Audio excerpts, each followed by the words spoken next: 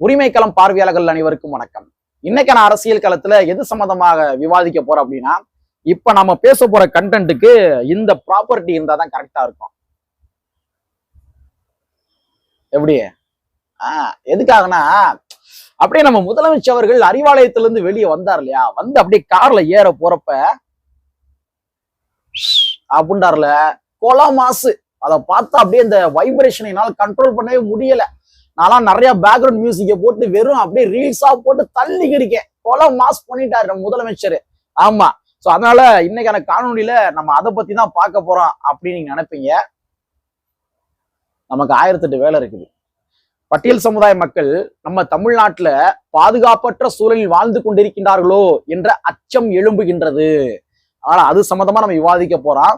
கண்டினியூஸா ஒரு சம்பவம் நடந்து முடிக்குது, அடுத்த சம்பவம் அதே பாணியில் நடக்குது. ஸோ அந்த மேட்ரு என்ன, அதற்கு பின்னாடி இருக்க அரசியல் என்ன, விவாதிப்பதற்கு பல்வேறு வகையான தரவுகள் இருக்கின்றது. அது என்னவென்று இந்த காணொலியில கொஞ்சம் டீட்டெயிலா பார்த்துடலாம்.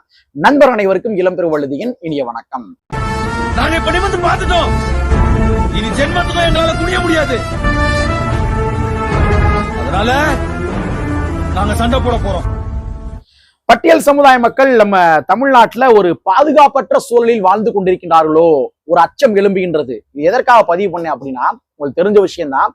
ஒரு 2-3 நாட்களுக்கு முன்பாக நாங்குநெறியில பட்டியல் சமுதாய மக்கள் வசிக்கின்ற குடியிருப்பு பகுதிக்குள்ள சாதி வரியர்கள் உள்ள போய் கண்ணுல கிடைக்கின்ற அத்தனை நபர்களுமே அருவாளை வச்சு வெட்டியிருக்கிறாங்க. எங்க? உத்தரப்பிரதேசத்துல கிடையாதுங்க, நம்ம தமிழ்நாட்டுல. சமூக நீதி பேசுகின்ற நம்ம தமிழ்நாட்டுல, சாதி ஒழிப்பு பேசுகின்ற நம்ம தமிழ்நாட்டுல, பெரியாரியம் பேசுகின்ற நம்ம தமிழ்நாட்டுல, திராவிட மாடல் மண்ணுல பட்டியல் சமுதாய மக்கள் வசிக்கின்ற பகுதிக்குள்ள உள்ள போய் அருவாள் எடுத்து வெட்டிருக்கிறாங்க. அந்த சம்பவம் எப்ப நடந்துச்சு? ஒரு 2-3 நாட்களுக்கு முன்னாடி நடந்துச்சு. சோ அந்த சம்பவம் நடந்து முடிஞ்சிருது. அதற்கு பின்பாக அடுத்து ஒரு 2 நாள் கழித்து இன்றைய தினத்துல சிவகங்கையில மானாமதுரையில இடைக்காட்டூர் என்று சொல்லப்படுகின்ற ஒரு பகுதி, அந்த பகுதிக்குள்ளேயும் கூட ஒரு 9 நபர்கள் உள்ள புகுந்து பட்டியல் சமுதாய மக்கள் வசிக்கின்ற பகுதிக்குள்ள அருவாளை வச்சு வெட்டியிருக்கிறாங்க. இந்த காணொலி, இந்த சிசிடிவி ஃபுட்டேஜ் சமூக வலைத்தளங்கள்ல பயங்கரமா வைரலா போய்க்கிருக்குது. சோ இதனாலதான் பட்டியல் சமுதாய மக்கள் நம்ம தமிழ்நாட்டுல ஒரு பாதுகாப்பற்ற சூழலில் வாழ்ந்து கொண்டிருக்கின்றார்களோ அந்த ஒரு அச்சம் எழும்புகின்றது அப்படின்னு சொன்னேன். சோ இது போன்று சாதி வெறியாட்டங்கள் நடைபெறுவதற்கான முக்கியமான காரணம் என்ன?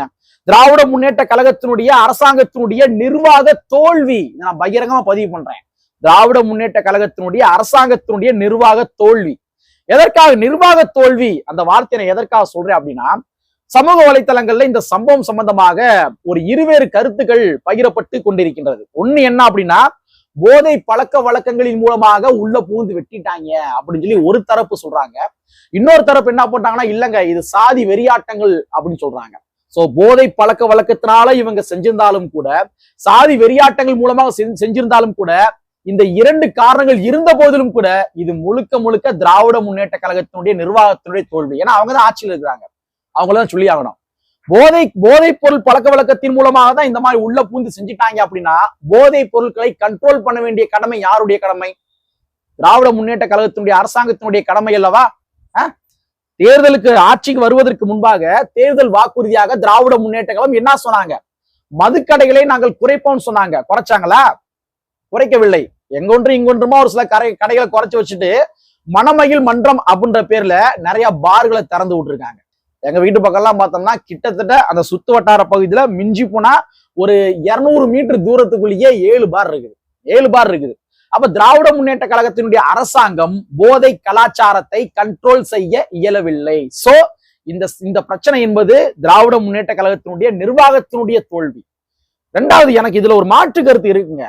போதை பழக்க வழக்கத்தின் மூலமாகத்தான் அவங்க போதனாலதான் அப்படி பண்ணாங்க அப்படின்னா, நான் என்ன கேட்கிறேன்னா, எங்க ஊரை பக்கம்லாம் வந்து ஒரு பேச்சு வழக்கம்னு சொல்லுவாங்க. ஏண்டா போதையில இருந்தா அதுக்காக தட்டுல சோத்த வைக்கிறதுக்கு பதிலா சோத்துக்கு பதிலா மலத்தை வச்சா தின்றுகாடான்னு கேட்பாங்க.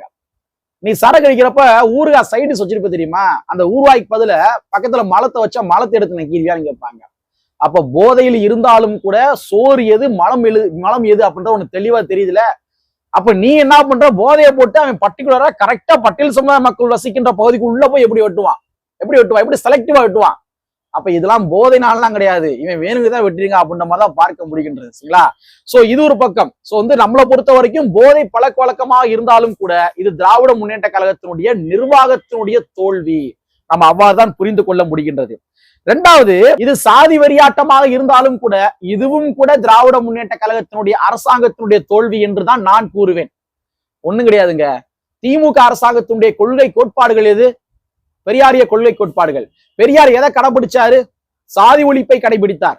தந்தை பெரியாருடைய பார்ப்பனிய எதிர்ப்பு என்பது சாதி ஒழிப்புல இருந்துதான் விரிவடைந்து பார்ப்பன எதிர்ப்பா நீட்சி அடையுது. சோ தந்தை பெரியாருடைய அடிநாத கொள்கை எதுவென்றால் சாதி ஒழிப்பு கொள்கை. ஆனா நம்ம திராவிட முன்னேற்ற கழகத்தினுடைய அரசாங்கம் என்ன பண்றாங்க?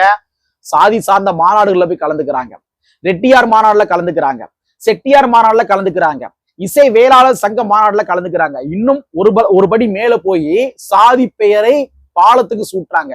ஜிடி நாயுடு பாலம் அப்படின்ற மாதிரி சாதி பெயரை திட்டமிட்டே இவங்க பாலத்துக்கு வைக்கிறாங்க. அப்ப சாதியை ஒழிக்கணும்னு நினைக்கிறாங்களா? பெரியார் வழியில சாதியை ஒழிக்க நினைக்கிறாங்களா? சாதி இருப்ப தக்க வைக்க நினைக்கிறாங்களா திமுக அரசாங்கம்? இந்த கேள்வி எழும்புது இல்லையா? அதே மாதிரி நம்ம கோயம்புத்தூர் பகுதியில வள்ளி கும்மி, அந்த வள்ளி கும்மில இந்த சாதிக்கார பயலை தான் கல்யாணம் பண்ணிக்கிருவேன், சத்தியம் சத்தியமே சத்தியமே இந்த சாதிக்கார பயலை தான் கல்யாணம் பண்ணிக்கிறோமே அப்படின்ற மாதிரி சத்தியம் வாங்கின KKC பாலு அவர்களுக்கு கலைமாமணி விருதை கொடுத்தார்கள் நம்ம திராவிட முன்னேற்ற கழகத்தினுடைய அரசாங்கம். அப்ப சாதியை ஒழிக்கணும்னு நினைக்கிறாங்களா? தந்தை பெரியாருடைய வழியில சாதியை ஒழிக்கணும்னு நினைக்கிறாங்களா? சாதி இருப்பை தக்க வைக்க வேண்டும் என்று நினைக்கின்றார்களா?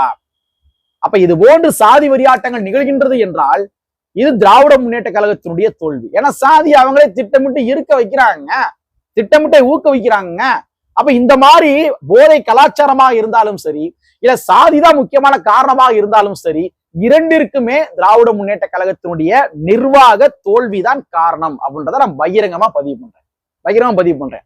அது மட்டும் கிடையாதுங்க, இன்னொரு அழுத்தம் திருத்தமான காரணம் இருக்குது. நான் எதற்காக நிர்வாக தோல்வி அப்படின்ற சொல்றேன் அப்படின்னா, நம்ம மாண்புமிகு முதலமைச்சர் அவர்கள் 2021 ஆட்சி கட்டில ஏறுறாரு. நம்ம முதலமைச்சர் MK ஸ்டாலின் அவர்கள் ஆட்சி கட்டில ஏறுறாரு.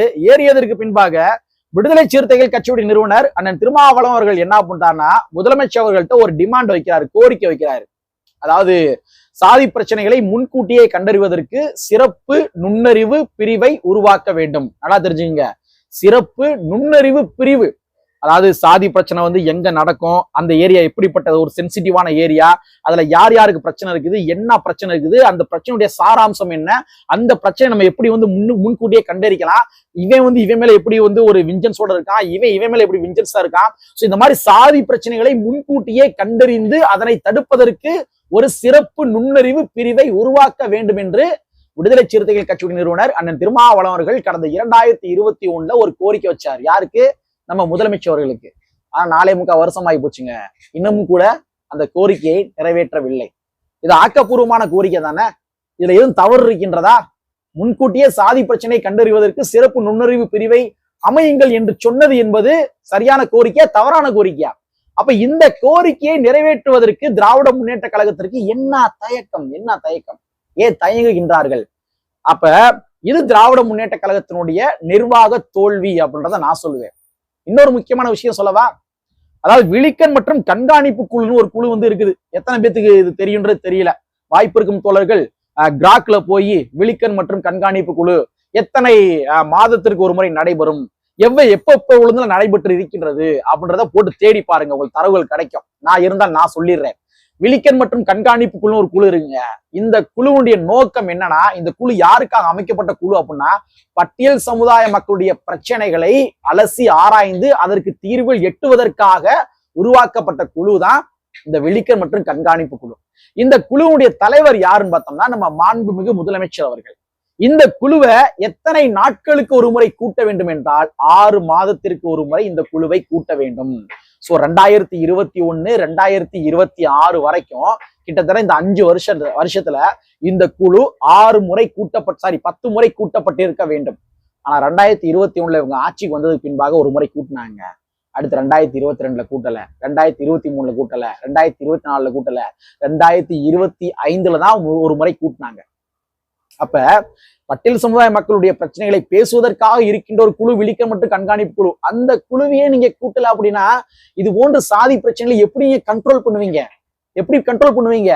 நான் என்ன கேட்கிறேன், ரொம்ப ஹானஸ்டா சொல்றேங்க. அதாவது விழிக்கன் மற்றும் கண்காணிப்புகளுடைய தலைவர் யாருன்னா அது முதலமைச்சர் அவர்கள். அந்த தலைவர் பொறுப்புலையும் நீங்க தான் இருக்கணுமா? உங்களுக்கு 1008 வேலை இருக்கும், முதலமைச்சர்களுக்கு 1008 வேலை இருக்கும், மாற்றுக்கிறது கிடையாது. அங்க பயணம் பண்ணணும், இங்க பயணம் பண்ணணும். அதனால உங்களால அந்த குழுவை சரிவா ரன் பண்ண முடியாது, அதுலயும் மாற்றுக்கிறது இல்ல, ரன் பண்ண முடியாது. அப்ப ரன் பண்ணக்கூடிய வலிமை வாய்ந்த ஒரு நபரா அந்த பதவியில நியமிங்க. ஏன் அனுதினமும் பட்டியல் சமுதாய மக்களுடைய உரிமைகளுக்காகவும் விளிம்புநிலை மக்களுடைய உரிமைகளுக்காகவும் களமாடி கொண்டிருக்கின்ற அண்ணன் திருமாவர்கள்ட்ட அந்த தலைமை பொறுப்பை கொடுத்துட்டு போய்கிட்டே இருக்கலாமே, அவர் பாத்துக்கிடுவாரு. இல்லாட்டி கம்யூனிஸ்ட் கட்சியை சார்ந்த தோழர்கள்ட்ட கொடுத்துட்டு போய்கிட்டே இருக்கலாமே, அவங்க பாத்துக்கிடுவாங்களே. ஏன் கொடுக்க மாட்டீங்க? அந்த தலைமை பொறுப்புல நீங்களே இருக்குன்னு ஏன் நினைக்கிறீங்க? அப்ப இதுக்கு பின்னாடி ஏதாச்சும் சாதி அரசியல்கள், வாக்கு வங்கி அரசியல் இருக்குமோ அப்படின்ற மாதிரி அச்சப்பட தோணுகின்றது. அதனால தான் இது நிர்வாக தோல்வி அப்படின்றத நான் அடையாளப்படுத்துறேன். மக்களே, இப்ப சமீபத்தில் நடைபெற்று கொண்டிருக்கின்ற இது போன்ற விஷயங்களா பார்க்கின்ற பொழுது, இந்த காரணத்தெல்லாம் நீங்க அலசி ஆராய்ந்து பார்க்கின்ற பொழுது, பட்டியல் சமுதாய மக்கள் தமிழ்நாட்டுல பாதுகாப்பற்ற சூழலில் வசித்துக் கொண்டிருக்கிறார்களோ என்ற எண்ணம் எழும்புகின்றது. இன்றைய தினத்துல இந்த மாதிரி சம்பவம் நடந்துருச்சு. எங்க நாங்குநேரில சம்பவம் நடந்து முடிஞ்சிருச்சு. திராவிட முன்னேற்ற கழகத்தினுடைய எத்தனை நபர்கள் அங்க போனாங்க? அப்பாவு அவர்கள் போயிருக்கிறாரு, ரைட். ஆனா போன அப்பாவு அவர்களை மக்கள் கேள்வி கேட்டு அனுப்பிச்சு விட்டாங்க. அது தெரியுமா? கேள்வி கேட்டு அனுப்பிச்சு விட்டாங்க. ஏன் போராட்டத்தை கலைக்க வந்துறீங்களா அப்படின்னு மாதிரி கேள்வி கேட்டு அனுப்பிச்சு விட்டாங்க. ஆனா இதே அப்பாவு அவர்கள் தான் சட்டமன்றத்துல இந்த மாதிரி நெல்லை போன்ற பகுதிகளில் எந்த பிரச்சனையும் கிடையாதுன்னு சொன்னாரு. யாரு? நம்ம அப்பாவு அவர்கள். அப்ப ஒரு ஜனநாயகவாதிகளாக திராவிட முன்னேற்ற கழகம் ஆளுங்கட்சி அவங்க போக மாட்டாங்க, அவங்க பெருசா இதை எடுத்துக்கிற மாட்டாங்க. ஓகே, அவங்க எளிதா கடந்து போயிடுவாங்க, ஏன்னா நம்ம ஆட்சி கலங்க வந்து நினைப்பாங்க. ஆனா மற்ற நபர்கள் இருக்காங்க இல்லையா, மற்ற கட்சியை சார்ந்தவர்கள், உதாரணத்துக்கு அண்ணா திராவிட முன்னேற்ற கழகம் எதிர்கட்சி தானே, அவங்க இதை வைத்து அரசியல் பண்ண வேண்டாமா? இன்னும் ஒருபடி மேல போய் சொல்றேன். பெரியாரி அமைப்புகள் என்ன பண்றாங்க? திராவிட கழகம் என்ன செய்து கொண்டிருக்கின்றது? தந்தை பெரியாருடைய கொள்கை கோட்பாடுகள் என்ன? நேரம் கண்டனம் தெரிவித்திருக்க வேண்டாமா? ஆளுகின்ற திராவிட முன்னேற்ற கழகத்தினுடைய அரசாங்கத்தை நோக்கி கேள்வி எழுப்பி இருக்க வேண்டாமா? ஏன் கேட்கல? அப்ப தந்தை பெரியாருடைய கொள்கை என்பது சாதி ஒழிப்பு கொள்கை என்பதனையும் தாண்டி தந்தை பெரியாருடைய கொள்கை என்பது திராவிட முன்னேற்ற கழகத்தினுடைய ஆட்சியில் நடைபெறுகின்ற போதாமைகளுக்கு முட்டு கொடுத்து முட்டி தூக்குவதான் பெரியாரியம் அப்படின்ற மாதிரி தவறாக நீங்க அடுத்த தலைமுறைக்கு கன்வே பண்ணிக்கிறீங்க. தந்தை பெரியாருடைய கொள்கை கோட்பாடுகள் ஆளுகின்ற திமுக அரசாங்கத்தை முட்டு கொடுத்து முட்டி தூக்குவது கிடையாது. தெரிஞ்சுக்கங்க, முட்டு கொடுத்து முட்டி தூக்குவது கிடையாது. யாரு பாதிக்கப்பட்டாலும் பாதிக்கப்படுகின்ற மக்கள் பக்கம் நிற்க வேண்டும் என்பதுதான் தந்தை பெரியாருடைய கொள்கை கோட்பாடுகள். ஆனா அவருடைய கொள்கை கோட்பாடுகளை இன்னைக்கு மாத்தி, அவருடைய கொள்கை கோட்பாடுகள் என்றாலே ஆளுகின்ற திராவிட முன்னேற்ற கழகத்தினுடைய அரசாங்கத்துக்கு செக்யூரிட்டி வேலை பார்க்கறதா பெரியாரிய கொள்கை அப்படின்ற மாதிரி நீங்க தப்பா மாத்தி வச்சிருக்கிறீங்க. உள்ளபடியே இது தந்தை பெரியார் அவர்கள் செய்கின்ற துரோகம். இந்த காணொலி வாயிலா ஒரு வேண்டுகோளாவே முன்னாடி வைக்கிறேன். தந்தை பெரியாருடைய கொள்கை கோட்பாடுகளின் அடிப்படையில சாதி பிரச்சனை நடந்துச்சு அப்படின்னா அங்க களம் கண்டு அடுத்த மக்களை எஜுகேட் பண்ண பாருங்க. முடிஞ்சா தலித்துகள் இருக்காங்க இல்லையா, அவங்களுடைய பகுதிகளுக்குள்ள போய் கூட்டங்கள் போட்டு அந்த மக்களையும் அரசியல் பேசுங்க. கடைசி வரைக்கும் நீங்க பட்டியல் சமுதாய மக்கள்கிட்டே பெரியாரியத்தை பேசாதீங்க, சாதி ஒழிப்பை பேசாதீங்க. சாதி பிரச்சனைகளை யார் ஏற்படுத்துறாங்களோ அந்த மக்கள்கிட்ட போய் நீங்க பெரியாரியத்தை பரப்புங்க, சாதி ஒழிப்பை பரப்புங்க. இதை திமுக அரசாங்கம் ஒரு செயல் திட்டமாகவே வடிவமைத்து திமுகவுடைய அமைச்சர் பெருமக்கள் ஒவ்வொரு பகுதிக்குள்ளேயும் போய் சாதி வரி ஆட்டங்கள் நிறைந்த பகுதிக்குள்ள போய் அந்த மக்களை பெரியாரிய வழியில் எஜுகேட் பண்ணுங்க. நான் அதெல்லாம் செய்ய மாட்டேன், எனக்கு ஓட் பாலிடிக்ஸ் முக்கியம் அப்படின்னு நீங்க நினைச்சீங்க அப்படின்னா எதிர்காலத்தில் தந்தை பெரியாருடைய கொள்கை கோட்பாடுகள் இருக்குமா அப்படின்றதே மிகப்பெரிய கேள்விக்குறியாக மாறிக்கொண்டிருக்கின்றது என்ற ஒரு ஒரு ஒரு உண்மையான கூற்றை கூறிக்கொண்டு இது போன்ற விஷயங்களை பண்ணாதீங்க, இது போன்ற விஷயங்களை ஆதரிக்காதீங்க. பட்டியல் சமுதாய மக்களோ அது பாதிக்கப்படுகின்ற மக்கள் யாராக இருந்தாலும் சரி, களம் காணுங்கள் என்பதை கூறிக்கொண்டு கற்பி ஒன்று சேர் புரட்சி செய்து புரட்சியாளர் அம்பேத்கருடைய வரியை கூறிக்கொண்டு நிறைவு செய்கின்றேன். நன்றி, வணக்கம்.